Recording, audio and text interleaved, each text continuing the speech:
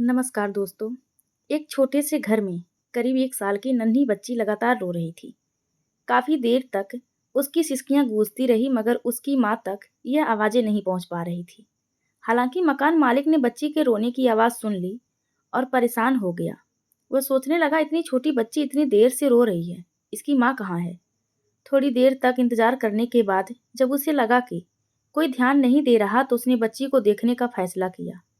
वह कमरे के अंदर गया और वहां जो देखा उससे वह हैरान रह गया। बच्ची की माँ एक अनजान व्यक्ति के साथ थी। यह देखकर मकान मालिक असहज महसूस करने लगा। माँ को भी इस बात का एहसास हो गया कि मकान मालिक ने सब देख लिया है। वह घबराकर उसके पास आई और उसे समझाने की कोशिश करने लगी, लेकिन मकान मालिक ने उसकी कोई बात नहीं सुनी और सीधा उसके पति को फोन लगाया। उसने बताया कि बच्ची की माँ के व्यवहार पर ध्यान देने की जरूरत है। जब पति को यह सब पता चला तो वह तुरंत घर पहुंचा। उसने अपनी पत्नी से इस बारे में बातचीत की और उसे समझाया कि परिवार और बच्चे की जिम्मेदारी सबसे पहले है। पत्नी ने भी उस समय स्थिति को संभालने के लिए खुद को बदलने का वादा किया। समय बीतता गया, लेकिन एक दिन अचानक वह महिला अपनी बच्ची को घर में छोड़कर कहीं चली गई। जब पति को इस बात का पता चला तो वह घबरा गया। उसने पत्नी को बहुत ढूंढा लेकिन वह कहीं नहीं मिली। आखिरकार वह पुलिस के पास गया और अपनी पत्नी को खोजने में मदद मांगी। कड़ी मशक्कत के बाद करीब 11 दिनों की तलाश के बाद पुलिस ने आखिरकार उस महिला को खोज निकाला। यह महिला उसके पति की शिकायत पर ढूंढी गई थी। पति को यकीन था कि उसकी पत्नी अपने प्रेमी के पास ही जाएगी, इसीलिए उसने फैसला किया कि अब इस रिश्ते को खत्म करना ही सही रहेगा। वर्ष 2021 में उसने तलाक के लिए अर्जी दे दी, लेकिन कुछ ही समय बाद महिला ने अपने पति को फिर से मनाने की कोशिश की और भावनात्मक रूप से उसे इस रिश्ते को एक और मौका देने के लिए मजबूर कर दिया। पति ने सोचा कि शायद अब सब कुछ सही हो जाएगा, लेकिन यह उसका सबसे बड़ा भ्रम साबित हुआ। काश उस समय वह फैसला हो जाता तो शायद आज यह कहानी खबरों का हिस्सा नहीं बनती। यह मामला सिर्फ परिवार के बीच ही रहता, लेकिन आज सोशल मीडिया, टीवी चैनलों, अखबारों और हर प्लेटफॉर्म पर इस घटना की चर्चा हो रही है। आज की यह कहानी हमें उत्तर प्रदेश के मेरठ जिले के ब्रह्मापुरी थाना क्षेत्र की एक सच्ची घटना से रूबरू कराएगी। इस इलाके में स्थित इंदिरा नगर मास्टर कॉलोनी में रहने वाली 25 वर्षीय मुस्कान रस्तोगी नाम की महिला अपने पति सौरभ राजपूत से कहती है, सुनो, मैं एक प्रोग्राम में जा रही हूँ। पति को यह सुनकर थोड़ा अजीब लगा, लेकिन वह ज़्यादा नहीं बोला। मुस्कान ने बताया कि उसे एक ग्रुप में जोड़ा गया है जिसमें उसके स्कूल के पुराने दोस्त और सहपाठी शामिल हैं। वह बहुत उत्साहित लग रही थी, लेकिन किसी को यह अंदाजा भी नहीं था कि इस कहानी का अंजाम कितना भयानक होने वाला है। मुस्कान रस्तोगी को आज एक खास पार्टी में शामिल होना था, जो मेरठ के शॉपिंग मॉल में रखी गई थी।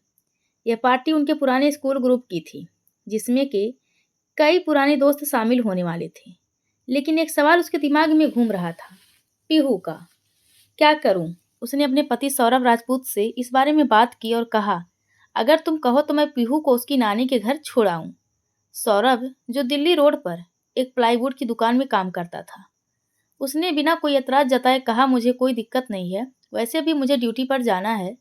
मुस्कान ने राहत की सांस ली और अपनी बेटी पीहू को उसकी नानी के घर छोड़कर सीधे शॉपिंग मॉल की ओर निकल पाई। मॉल में पहुंचते ही मुस्कान को एक अलग ही माहौल देखने को मिला। वहां स्कूल के कई पुराने साथी मौजूद थे, जिनके साथ उसने 8वीं कक्षा तक पढ़ाई की थी। हालांकि मुस्कान की पढ़ाई 9वीं तक हुई थी, लेकिन वह 9वीं कक्षा में फेल हो गई थी और आगे की पढ़ाई जारी नहीं रख पाई। समय बीतता गया और साल 2019 में एक ग्रुप बनाया गया, जिसमें स्कूल के सभी पुराने दोस्त जुड़े। मुस्कान भी इस ग्रुप का हिस्सा बन गई और उसे बहुत खुशी हुई कि वह फिर से अपने पुराने दोस्तों के संपर्क में आ गई। ग्रुप में रोज चैटिंग होती, हंसी मजाक चलता और पुरानी यादें ताज़ा होती। शॉपिंग मॉल में घूमते हुए मुस्कान की नज़र अचानक साहिल शुक्ला पर पड़ी। यह वही लड़का था जो कभी उसकी 8वीं कक्षा तक का सहपाठी हुआ करता था। उसे देखकर मुस्कान कुछ पल के लिए ठहर गई। जैसे ही उसकी नज़रें मिली, एक पुरानी पहचान फिर से ताज़ा हो गई। साहिल और मुस्कान ने मुस्कुराते हुए एक दूसरे का हालचाल पूछा। वे बीतों दिनों की बातें करने लगे, स्कूल की शरारतें याद करने लगे। हर बीता लम्हा जैसे फिर से लौट आया था। लेकिन किसी को यह अंदाजा नहीं था कि यह मुलाकात आगे चलकर क्या मोड़ लेने वाली थी। साहिल शुक्ला और मुस्कान रस्तोगी की मुलाकात शॉपिंग मॉल में हुई, जहां उन्होंने अपने अपने जीवन की अब तक की कहानी एक दूसरे से साझा की। साहिल ने बताया कि उसने उसी स्कूल से 12वीं की पढ़ाई पूरी करने के बाद बीटेक की पढ़ाई की और अब वह सीए चार्टर्ड अकाउंटेंट बनने की तैयारी कर रहा है। वह अपने करियर को लेकर पूरी तरह से फोकस था और मेहनत कर रहा था। यह सुनकर मुस्कान मुस्कुराई और साहिल ने उससे पूछा, अब तुम बताओ तुम्हारी जिंदगी कैसी चल रही है। मुस्कान ने गहरी सांस ली और अपनी कहानी शुरू की कि मेरे नाना जी ब्रह्मापुरी में रहते थे। वहीं पर एक महिला जिसका नाम रेनू था, अपने बच्चों की कुंडली बनवाने के लिए अक्सर हमारे घर आया करती थी। उसी दौरान वहाँ एक लड़का भी आता था जिसका नाम सौरभ राजपूत था। धीरे धीरे मुस्कान और सौरभ की दोस्ती हो गई और वक्त के साथ यह दोस्ती प्यार में बदल गई। दोनों ने साथ जीने मरने की कस्में खा ली और शादी करने का फैसला कर लिया। लेकिन इस रिश्ते के लिए दोनों के परिवार तैयार नहीं थे। सौरभ के पिता मुन्ना लाल, माँ रेनू, भाई बबलू और बहन शिवानी इस शादी के खिलाफ थे। दूसरी ओर मुस्कान का परिवार भी इस रिश्ते से खुश नहीं था। उसके पिता प्रमोद रस्तोगी, भाई विशाल, बहन परी और माँ कविता रस्तोगी भी इस शादी को लेकर सहमत नहीं थी। दोनों परिवारों ने बहुत कुछ समझाने की कोशिश की, लेकिन मुस्कान और सौरभ अपनी जिद पर अड़े रहे। जब प्यार सच्चा हो तो कोई भी दीवार उसे रोक नहीं सकती। परिवारों के विरोध के बावजूद आखिरकार दोनों ने शादी कर ली। यह शादी उनकी जिद की जीत थी, लेकिन किसी को नहीं पता था कि यह फैसला आगे चलकर उनकी जिंदगी में नफरत या तूफान ला सकता है। साल 2015 में मुस्कान और सौरभ की पहली मुलाकात उसके नाना के घर पर हुई थी। मुस्कान अक्सर वहां जाया करती थी और इसी दौरान दोनों की दोस्ती गहरी हो गई। 2016 में उन्होंने शादी कर ली। शादी के बाद सौरभ को मर्चेंट नेवी में नौकरी मिल गई और वह लंदन चला गया। घर वालों को यह रिश्ता पहले से ही पसंद नहीं था और अब जब सौरभ बाहर चला गया तो वे मुस्कान को और भी नज़रअंदाज करने लगे। इसी बीच मुस्कान भी धीरे धीरे अपने ससुराल वालों से दूर होती चली गई। सौरभ का लंदन का सफ़र ज़्यादा लंबा नहीं चला। करीब 1.5 साल बाद उसे नौकरी छोड़कर वापस लौटना पड़ा। जब वह घर आया तो हालात बदले हुए थे। परिवार ने पहले ही उससे नाता तोड़ लिया था। अब सौरभ और मुस्कान ने फैसला किया कि वे अलग रहेंगे और एक नया जीवन शुरू करेंगे। दिल्ली रोड पर एक प्लाईवुड की दुकान थी, जहां सौरभ ने काम करना शुरू कर दिया। मुस्कान घर पर रहती और साल 2019 में उनकी एक बेटी का जन्म हुआ। परिवार अब 3 सदस्यों का हो चुका था। मुस्कान, सौरभ और उनकी छोटी सी बेटी। मुस्कान का अधिकतर समय अपनी बेटी के साथ बीतता, जबकि सौरभ दिन भर नौकरी में व्यस्त रहता था। एक नई कड़ी जुड़ती है 2019 में। एक व्हाट्सएप वेब बीत रहा था, लेकिन मुस्कान के मन में कुछ और ही चल रहा था।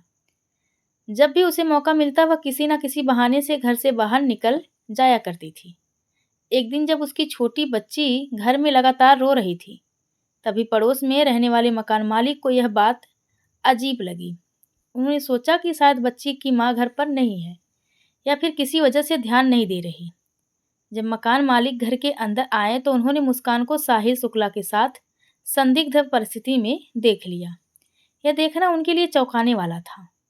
उन्होंने तुरंत इस बारे में सौरभ राजपूत को जानकारी दी। सौरभ ने जब इस बात का विरोध किया तो मुस्कान ने उसे किसी तरह मना लिया और मामला शांत करवा दिया। लेकिन यह सिर्फ एक अस्थायी समाधान था। समस्या तब और गहरी हो गई जब करीब 5 साल पहले मुस्कान मौका मिलते ही साहिल शुक्ला के साथ गुरुग्राम चली गई। वहाँ 11 दिनों तक रहने के बाद पुलिस ने उन्हें ढूंढ निकाला। मामला गहराने लगा, लेकिन जब एफआईआर दर्ज करने की बात आई तो मुस्कान ने साफ कह दिया कि वह अपने पति सौरभ के साथ रहना चाहती है, साहिल के साथ नहीं। यह सुनकर पुलिस ने मामला आगे नहीं बढ़ाया और परिवार वालों ने भी इसे यहीं खत्म करना बेहतर समझा। लेकिन उनके मन में अब संदेह गहराने लगा था। वे समझ चुके थे कि मुस्कान और साहिल के बीच रिश्ता काफ़ी गहरा हो चुका है। समय बीतता गया और 2023 का साल आया। सौरभ एक बार फिर विदेश में नौकरी तलाशने की कोशिश कर रहा था ताकि वह अपने परिवार को एक बेहतर जीवन दे सके। आखिरकार उसे लंदन के एक मॉल में नौकरी मिल गई और वह 2023 में विदेश चला गया। अब मुस्कान अकेली थी, सिर्फ अपनी बेटी के साथ। अब सवाल यह था कि क्या मुस्कान अपने परिवार को बचाए रखेगी या फिर उसकी ज़िंदगी कोई और मोड़ लेने वाली थी। मुस्कान अब ना तो अपने ससुराल में रहना चाहती थी, ना ही मायके में। उसके परिवार वालों ने बहुत समझाने की कोशिश की, लेकिन उसे आज़ादी पसंद थी। उसके इस रवैये की एक बड़ी वजह थी साहिल शुक्ला, जिससे उसकी नज़दीकियां अब भी बनी हुई थी। 2023 में विदेश यात्रा और इंतजार साल 2023 में सौरभ राजपूत को लंदन के एक मॉल में नौकरी मिल गई और वह 2 साल के वीज़ा पर विदेश चला गया। लेकिन मुस्कान को अच्छी तरह पता था कि उसका वीज़ा कब ख़त्म होगा और वह भारत कब लौटेगा। फरवरी 2025 को कौन दिल्ली रोड पर एक डॉक्टर के पास गई। डॉक्टर से उसने कहा, डॉक्टर साहब मुझे बहुत तनाव रहता है, सिर में तेज़ दर्द होता है और रात में ठीक से नींद नहीं आती। कुछ ऐसी दवा दीजिए जिससे मुझे गहरी नींद आ सके। डॉक्टर ने नींद की गोलियां लिख दी और सलाह दी कि इन्हें सिर्फ खाने के बाद ही लिया जाए। लेकिन मुस्कान का इरादा खुद इन्हें लेने का नहीं था। डॉक्टर से लौटने के बाद तुरंत बाद उसने ऑनलाइन एक खास चीज़ का ऑर्डर दिया, 10 किलो ब्लीच। उसका यह कहना था कि उसे घर की सफाई करनी थी, लेकिन असल में उसका इरादा कुछ और था। 24 फरवरी 2025 वही दिन जब सौरभ राजपूत लंदन से भारत लौटा। वह सीधा अपने घर पहुंचा, जहां मुस्कान और उसकी बेटी उसका इंतजार कर रहे थे। लेकिन क्या वाकई मुस्कान उसे खुशी से स्वीकार करने वाली थी या फिर कुछ ऐसा होने वाला था जो किसी ने सोचा भी नहीं था। सौरभ राजपूत लंदन से भारत लौट आया था। अगले ही दिन यानी 25 फरवरी को मुस्कान का जन्मदिन था। लेकिन यह जन्मदिन सिर्फ सेलिब्रेशन के लिए नहीं था, बल्कि इस दिन कुछ और ही प्लानिंग की गई थी। मुस्कान अपने प्रेमी साहिल शुक्ला से लगातार बात कर रही थी, लेकिन हैरानी की बात यह थी कि वह सिर्फ अपने असली अकाउंट से नहीं बल्कि 3 फेक अकाउंट से भी उससे बात करती थी। एक उसकी माँ के नाम से, दूसरा उसके भाई के नाम से, तीसरा उसकी बहन के नाम से। साहिल को यकीन था कि यह अकाउंट असली है। उसे लगता था कि उसकी माँ की आत्मा उससे बात कर रही है, जबकि सच यह था कि उसकी माँ की मृत्यु 18 साल पहले हो चुकी थी। स्नैपचैट की इन फेक आईडी से मुस्कान उसे यह समझाने में कामयाब हो गई कि तुम्हारा और मुस्कान का रिश्ता स्वर्ग में बना है, लेकिन अगर तुम्हें हमेशा हमेशा के लिए मुस्कान के साथ रहना है तो तुम्हें सौरभ को रास्ते से हटाना ही होगा। साहिल, जिसे लग रहा था कि उसकी माँ की आत्मा उससे यह कह रही है, इस बात को मान चुका था। फरवरी को जो दवाइयाँ उसने डॉक्टर से ली थी, उन्हें 25 फरवरी की रात सौरभ के खाने में मिला दिया गया। सौरभ को इस बात की जरा भी भनक नहीं थी कि यह उसके जीवन की आखिरी रात हो सकती है। क्या साहिल और मुस्कान अपने इस प्लान में कामयाब हुए?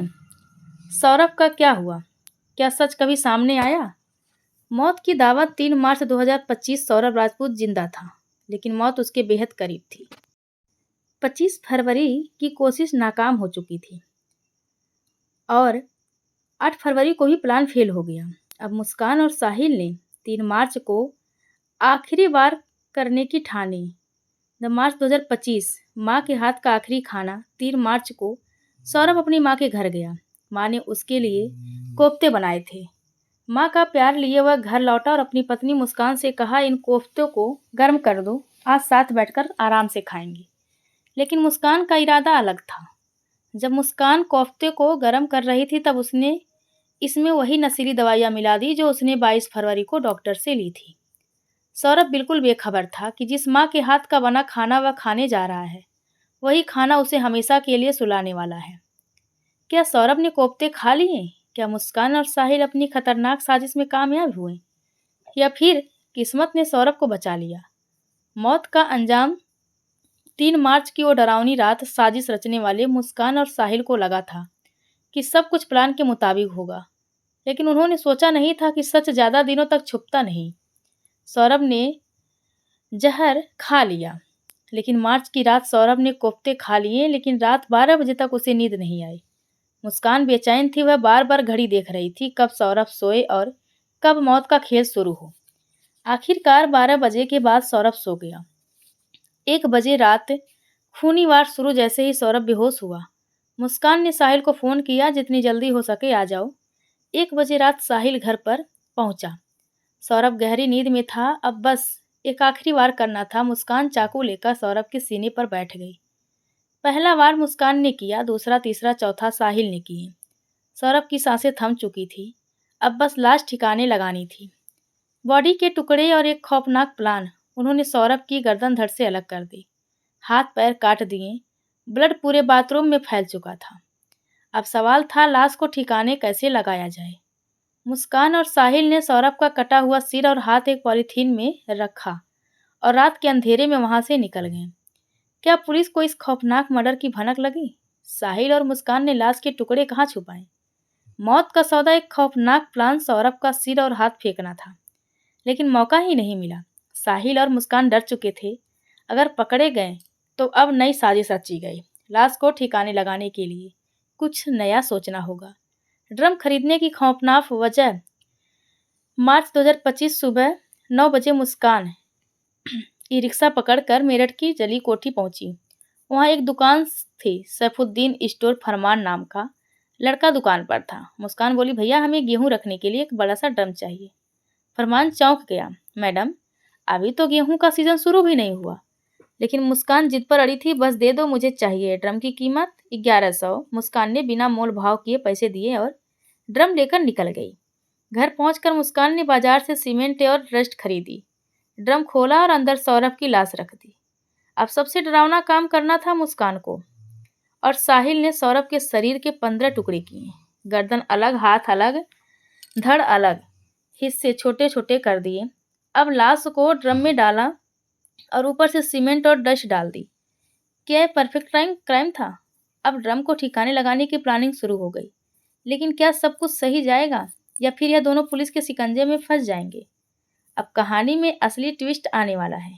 क्या यह जुर्म परफेक्ट हो सकता है या फिर यह कातिल से बड़ी होती है?